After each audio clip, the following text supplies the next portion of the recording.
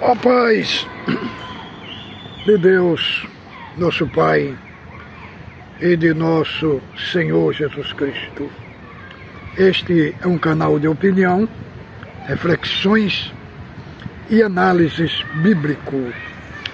Você que não é inscrito no nosso canal, mas assiste os nossos vídeos, por gentileza, se inscreva no nosso canal e todo vídeo que subir na plataforma digital, você receberá o nosso vídeo de primeira mão. Aqui fazemos um trabalho gigantesco, autêntico nas redes sociais. Compartilhamos aqui o conhecimento de Deus, aquilo que cremos, que acreditamos, que está toda a nossa base, nossa base teológica, doutrinária, está tudo conectado em Cristo, dentro da palavra. E o nosso compromisso aqui não é enganar ninguém, sabe? Nosso compromisso aqui é um compromisso verdadeiro. Como eu sou um homem muito franco, sabe? Venho nas redes sociais mostrar a minha cara e denunciar as heresias, os absurdos pregados nos púlpitos das congregações. Como conheço o ministério, tanto de anciãos como diácono, cooperador do jovem, de norte a sul do Brasil, em todos os estados, congregando há mais de 44 anos, e ouvindo as pregações absurdas. Não é dizer que eu não vi muita coisa gloriosa, sim, mas 90% é tudo encheção de linguiça, que não tem nenhum compromisso com a palavra, com a verdade. Irmão, tem uma pessoa aí que se chama Valdemar Silva, Um tempo para trás ele foi bloqueado aqui do meu canal, de tanta mentira que ele trouxe aqui, tanto absurdo. E nós estamos aqui para conviver. Meu canal, temos quase 4.000 inscritos, tem muitos irmãos nobres, de grande excelência, famílias da nobreza, da CCB, gentes finas, formados com educação acadêmica muito grande, e também irmãos que não têm formação. Então, irmão, aqui o nosso assunto aqui é sério, e nós não queremos aqui no canal falso profeta. Já basta os que tem dentro da congregação. Eu, como sou o dono do canal, eu olho todos os comentários, Os comentários que não servem, que não edificam o canal, eu não coloco o coraçãozinho lá, não coloco nada, irmão. Tem comentário que nem compensa ver, de tão lixo que é. Entendeu? Então, estou falando isso desses que se intitula, esse Valdemar Silva, diz ele que é um pregador da CCB.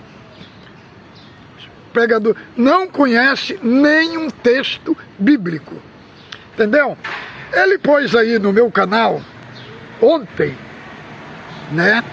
que 6 de Hebreus fala da perda da salvação. Só que todo falso profeta eles não lêem o texto todo. 6 de Hebreus, irmãos, ele não começa no verso 4 e termina no verso 6. Nós temos que ler até o 20 para saber de quem o escritor anônimo aos Hebreus estava falando. Então aqui vai ficar a minha pergunta. Se 6 de Hebreus, do verso 4 ao 6, fala de perdas da salvação, então Cristo é um mentiroso. Em João 10, 28 e 29. Primeiro, irmão, nós temos que ser honestos. Uma doutrina, nós não podemos construir ela dentro de 4 versículos. De maneira nenhuma, irmão. Nós temos que ver o que os apóstolos entenderam daquele assunto. Porque é assunto de Hebreus. Está também nas cartas do apóstolo Paulo, Pedro, João, Judas, lá na carta de Judas, está lá também. Então, se 6 de Hebreus,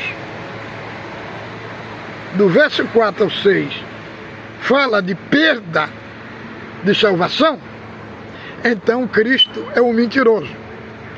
Primeiro nós vamos ler aqui o texto que Cristo... Vamos ler Hebreus, do 6 ao 20, irmão. Irmão, nós temos que ser honestos com a Bíblia. Vamos ver aqui, ó. 6, do 4 ao 20. Aqui, ó.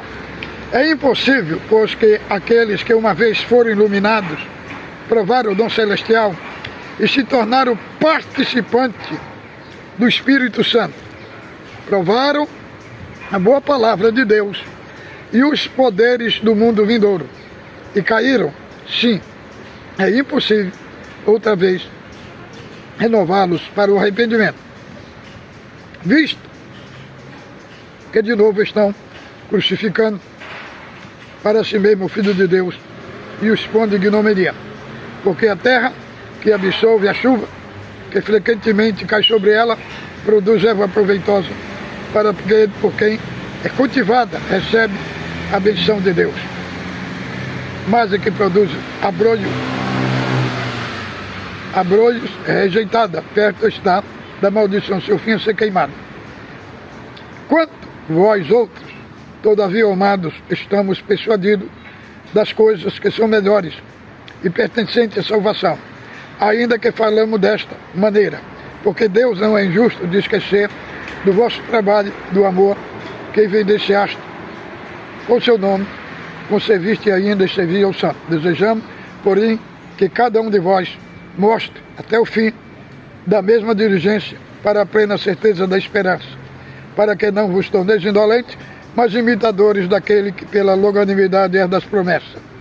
Pois Deus fez a promessa a Abraão, visto que não tinha ninguém superior por quem jurou por si mesmo, dizendo: certamente abençoarei, multiplicando e multiplicarei. Assim, depois de esperar com paciência, obteve Abraão a promessa.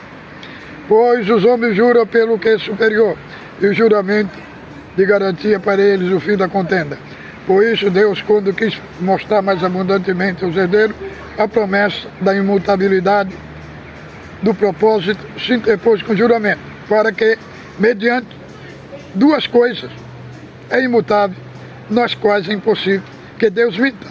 Forte alento tenhamos nós que corremos para o refúgio, a fim de alcançar a mão da esperança proposta, a qual temos por âncora da alma segura e firme, que penetra além do véu, onde Jesus, como precursor, entrou por nós também, se tornando para nós segundo a ordem de Melquisedeque. Então, irmão,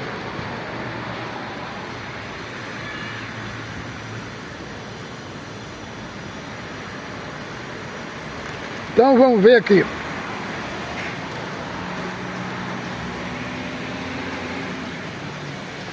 Seis de Hebreus, irmão. O assunto que o escritor anônimo aborda de 6 de Hebreus, nós não podemos ser desonestos, querer interpretar ele só o verso 4 ao 6, irmão. Isso é o problema grave dentro da congregação. Numeroso exército de falsos profetas são formados nas pregações, nos cultos, porque eles são desonestos na interpretação da Bíblia. Eles querem interpretar um texto isolado do seu contexto. É isso que esse cidadão, esse falso profeta aí, chamado Valdemar Silva, citou aí 6 de Hebreus, só essa parte do verso 4 ao 6. Nós temos que entender a carta toda, o ambiente histórico da carta, porque a carta foi escrita, irmão. A carta aos Hebreus foi escrita porque os crentes que tinham saído do judaísmo tinham se convertido a Cristo. E muitos deles, devido da perseguição, estavam de mala pronta para o judaísmo. Entendeu? Estavam de mala pronta. E aí, irmão, o que o escritor colocou essa advertência seríssima aqui contra a apostasia, o escritor anônimo, ele é um homem limitado, porque a salvação, irmão, ela transcende o humano. Ela transcende o humano. Ela vai além do contexto humano. Então o que ele fez? Ele jogou uma advertência séria, querendo dizer, os que estão indo, aqueles que estão saindo, estão indo para o judaísmo, então eles estão apostatando na fé. Porque o escritor, ele não sabia quem era o salvo e quem era os perdidos. Então, ele jogou essa advertência séria. Então, o que é apostatar? Muitos têm uma ideia que apostatar na fé é perder a salvação. Irmão, vamos bem, vamos ser honestos, irmão. Vamos ser honestos com a Escritura. Apostatar na fé é a mesma coisa de blasfemar contra o Espírito Santo. Veja bem, os escribas e fariseus lá no capítulo 12 de Mateus, do verso 22 ao 31, eles apostataram. Eles eram salvos, irmão? De maneira nenhuma. Os escribas, nenhum deles era salvo. E por que apostataram se eles não eram salvos? Irmão, na Bíblia, no Novo Testamento, na doutrina apostólica, tem 2 tipos de iluminação e 2 tipos de conhecimento. Tem o conhecimento intelectual e o conhecimento relacional.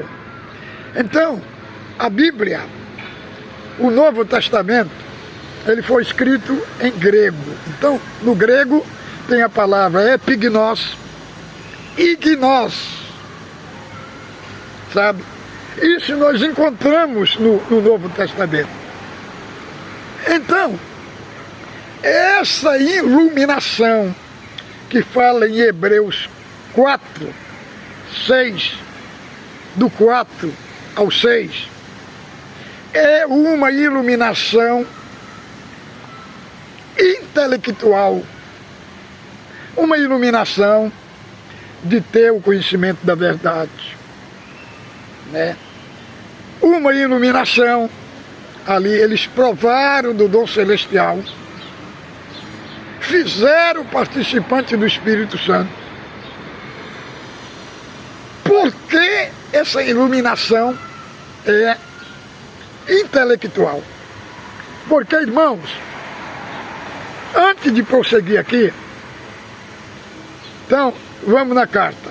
Agora, por que, parando aqui esse assunto, agora vamos explicar.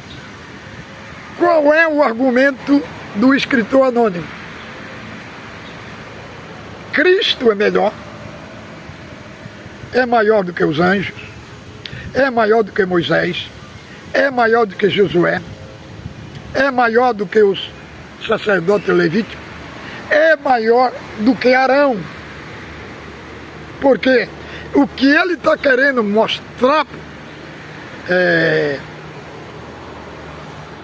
para os judeus que estão indo para o judaísmo, ele está falando que eles estão saindo da luz, estão indo para a sombra. Estão deixando o verdadeiro e estão indo para a sombra. Porque lá tinha o templo, tinha as 7 festas judaicas, né? Tinha todo aquele aparato do templo. E na nova aliança, no cristianismo, tinha só o batismo, a Santa Ceia e o Evangelho. Então eu estava colocando Moisés como maior e Cristo como menor. Então o escritor anônimo aos Hebreus escreveu essa carta e lançando essa advertência, estava falando que ele estava deixando o maior e estava indo para o menor, estava indo o que era inferior, o que não levava à vida eterna. Então, vamos ver. Quando fala provar, irmão, provar não significa participar. É igual você prova uma comida, mas você não comeu dela. Apenas você teve ali só uma iniciação. Então, esses judeus, aqui fala de 3 classes, irmãos. Do capítulo 5 até capítulo 5, verso 1 até o capítulo 6, do verso 3, ele está falando de um grupo, dos que negligenciaram. Então ele cita todo aquele aspecto, que aquele que é menino se alimenta de leite, porque não é experimentado na palavra da justiça. Então ele fala desse grupo do capítulo 5. Do capítulo 6, do verso 4 ao 6, é esse grupo. Aqueles, o verbo está no passado. Isso aconteceu no passado. Então, como que uma pessoa, nascido de novo, regenerado de novo, ele pode perder a salvação? Nunca, irmão. Não tem nenhum texto bíblico provando que uma pessoa regenerada perdeu a salvação. E a perda, a salvação, só acontece através da regeneração. Como que a pessoa vai apostatar na fé, sendo que a sua natureza foi mudada, irmão? Além de ser mudada, ele nasceu de novo, e além de nascer de novo, ele recebeu a capacitação do Espírito Santo. Como que uma pessoa regenerada, que foi santificado por Deus, e além disso, tem o Espírito Santo para capacitar, como é que ele vai apostatar na fé? Isso é uma incoerência, irmão. Agora, a pessoa que é salvo, vamos ver aqui o que Cristo falou em Mateus. Vamos ler Mateus aqui, ó. Mateus capítulo 13. Meu assunto aqui é para nós construir uma doutrina, estabelecer uma verdade bíblica, Nós não podemos fazer igual esse Valdemar Silva colocou aí, não. Nós temos que ver o que Cristo disse daquele assunto, o que Pedro disse, o que Paulo disse e o que João disse. E é isso que nós vamos fazer aqui, ó. Mateus 13. Mateus 13, do verso 1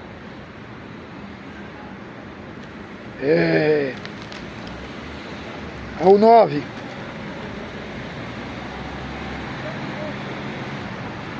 Vamos ler. Aqui fala de 4 tipos de semente. Uma foi lançada ao pé do caminho, veio as aves do céu e comeu, que representa o demônio, arrebatando a palavra do coração daqueles que tinham ouvido. Outra caiu entre espinho, foi sufocada pelo espinho, não pôde crescer, que os espinhos representam os cuidados dessa vida, as riquezas. E outras caiu em pedregais. Uma veio o sol e queimou. Essa semente no pedregais representa a perseguição por causa da palavra. E outra caiu em boa terra. Aqui que está o X da questão. Que caiu em boa terra, o que foi que produziu? Produziu fruto. Um deu 30, outro deu 60 e outro deu 100. Representando que o que é nascido de novo, salvo, ele frutifica. Tem 3 coisas que acontecem numa pessoa salva, né? Primeiramente, ele ouve a palavra, e a palavra depois ela gera frutos, e depois de gerar fruto, ela persevera. Nós vemos esses sinais aqui, nestes de 6 de Hebreus. Eles, porque para alguém defender que perdeu a salvação, era porque ele era salvo. Então, antes de perder, tinha que ter fruto. Tinha que ter esse fruto que está aqui, ó, em 13 de Mateus. Tinha que ter esse fruto aqui. E não tem nenhuma prova que eles tiveram algum fruto que foram salvos para depois perder a salvação. Outra coisa, voltando aqui para Hebreus, os irmãos, observe bem. Observe bem. Hebreus 6, nós lemos do 6 ao 4, ao 6. Agora, o 7, o 7 fala assim: porque a terra que absorve a chuva que frequentemente cai sobre ela e produz erva útil para aquele que também cultivada, recebe a benção de Deus. Mas a que produz espinho e abrolhos é rejeitada. Então, irmão, esses do capítulo 6, do verso 4 ao 6, o que é que eles produziram? Eles produziram fruto? Não. Eles produziram espinho, sinal do que era perdido. Então, de que foi que eles caíram? Eles recaíram de quê? Recaíram de quê? De uma iluminação intelectual. Ele estava no seio da igreja, parecia ser crente, parecia ser autêntico, mas não era. Eles recaíram daquela posição, que não é posição de salvo, irmão. Que a posição do salvo é um conhecimento. Qual é a posição do salvo? É um conhecimento orgânico, conhecimento do coração. É esta mesma expressão que está aqui em Efésios. Efésios. Nós temos que ser honestos mostrar os conjuntos de texto e não ser desonesto, como o ministério faz na CCB. Leia comigo. Efésios 1:18. Olha aqui. Iluminados os olhos do vosso coração, para saber de qual é a esperança do seu chamamento e qual a riqueza da glória da sua herança no santo. Que fala da iluminação, iluminando os olhos do vosso entendimento. Essa iluminação aqui, sim, essa daqui é para salvação. Aquela, em Hebreus, é uma iluminação exterior. Agora, vamos saber, se 6 de Hebreus fala de perda de salvação, então Cristo mentiu. Em João capítulo 10, verso 28 e 29. Vamos para João, que leia comigo, irmão. Aqui é o próprio Cristo. Quem está falando essa verdade aqui é o próprio Salvador.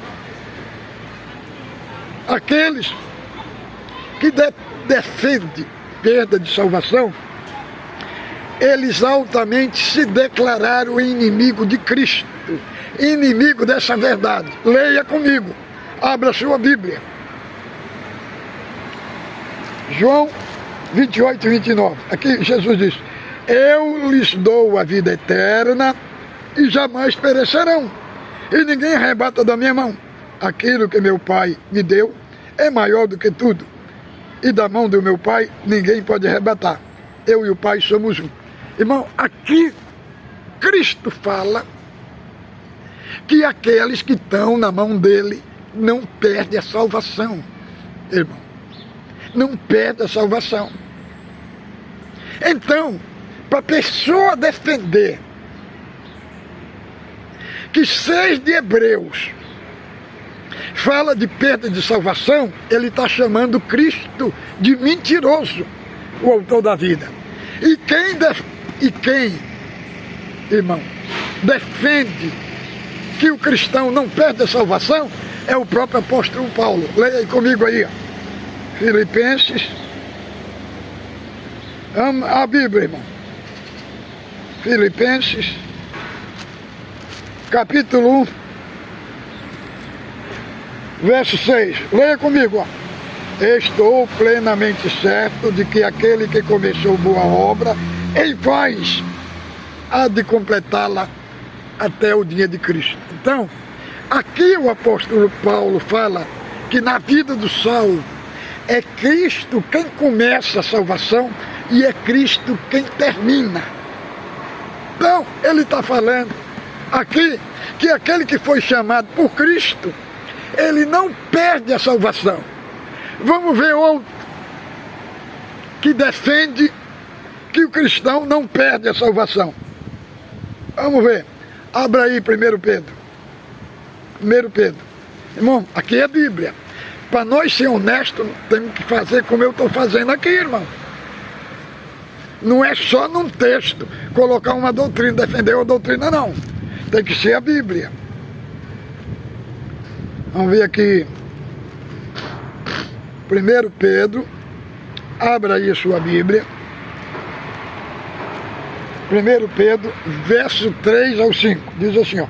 Bendito Deus e Pai de nosso Senhor Jesus Cristo, que segundo a sua misericórdia, nos regenerou para uma viva esperança, mediante a ressurreição de Jesus Cristo do morto, para uma herança, ó, para uma herança incorruptível, depois, sem mácula, imacessível, reservada no céu para nós, que sois guardados pelo poder de Deus mediante a fé. Aqui fala, irmão, que a salvação do crente, a minha salvação, não é eu que guardo ela, irmão. Não é eu que guardo ela. Quem guarda ela é o poder de Deus. O pecado tem poder de tirar alguém do poder de Deus, irmão. Não. Aqui fala que os salvos são guardados pelo poder de Deus. Não é a minha perseverança que vai me guardar, irmão. Que fala que é o poder de Deus que vai me guardar. Vamos ver outro que não defende a perda de salvação. O apóstolo João. Abra aí a sua Bíblia. Capítulo 2 de 1 João, do verso 19. Veja o que o apóstolo diz. Eles saíram de nosso meio, entretanto não era dos nossos, porque se tivesse sido dos nossos, teriam permanecido. Todavia, eles se foram, que ficasse manifesto que nenhum deles era do nosso. Então, o próprio apóstolo João falou que aqueles que se desviaram, tomaram outro caminho, ele está falando aqui, eles não perderam a salvação. Ele apenas está dizendo, eles foram embora porque não era de nós, não era do nosso. Porque se fosse de nós, permaneceria conosco. Irmão, aqui é a Bíblia. Agora, do verso 9, do capítulo 6 de Hebreus, aqui o apóstolo Paulo, o escritor anônimo, ele vai colocar aqui para nós 3 pilares da segurança do salvo, que o salvo não perde a salvação. Do 9 ao 12, ele vai falar da perseverança dos santos. Da perseverança dos santos.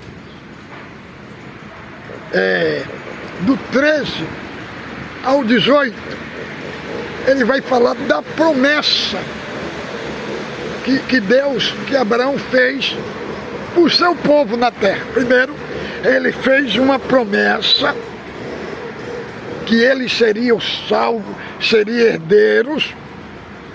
E depois da promessa, ele fez um juramento sobre a promessa, para não ser invalidado. Quer dizer, servir de uma segurança eterna para o salvo. Salvo, uma vez salvo, para sempre. E do 19 ao 20, ele fala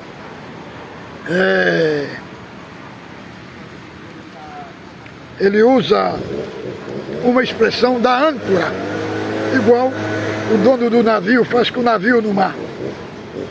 Ele pega a âncora, joga no meio do mar para segurar o navio. Entendeu, irmão?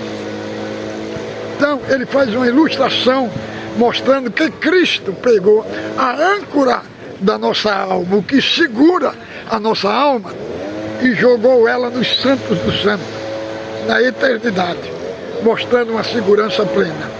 Outra parte também, que o crente não perde a salvação, é na parábola do trigo e do joio. Na parábola da semente, a semente é a palavra. Mas a semente da parábola do trigo e do joio já não é a palavra lá que é a semente. A semente são os filhos do reino. Então, os filhos do reino foi plantado ali como trigo. E todos que o Senhor da parábola plantou, que é o próprio Cristo, plantou eles como trigo, e eles permaneceram como trigo até a ceifa. E quem era o joio? O joio, eles nunca foram salvos. Quem plantou eles foi o diabo. Outro texto é João 6,35. 6,35. Esse daqui, eu faço questão, os irmãos lêem comigo. Cristo aqui vai falar da sede. Da sede.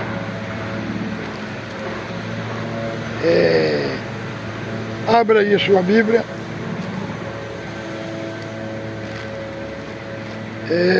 João 6, 35. Diz: Assim, ó, declarou-lhe, pois, Jesus: eu sou o pão da vida, o que vem a mim jamais terá fome, e o que crê em mim jamais terá sede.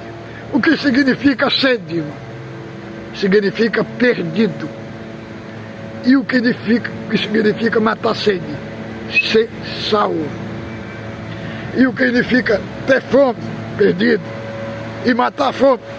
Ser salvo. Então ele está falando que aquele que come dele nunca mais perderá a salvação. Nunca mais será perdido. Entendeu, irmão? Então, provando que 6 de Hebreus não está falando de perda de salvação. Porque se estivesse falando de perda de salvação, Cristo teria mentido. Em João 10, 28 e 29. Fiquem com Deus. Ósculo Santo no vosso coração.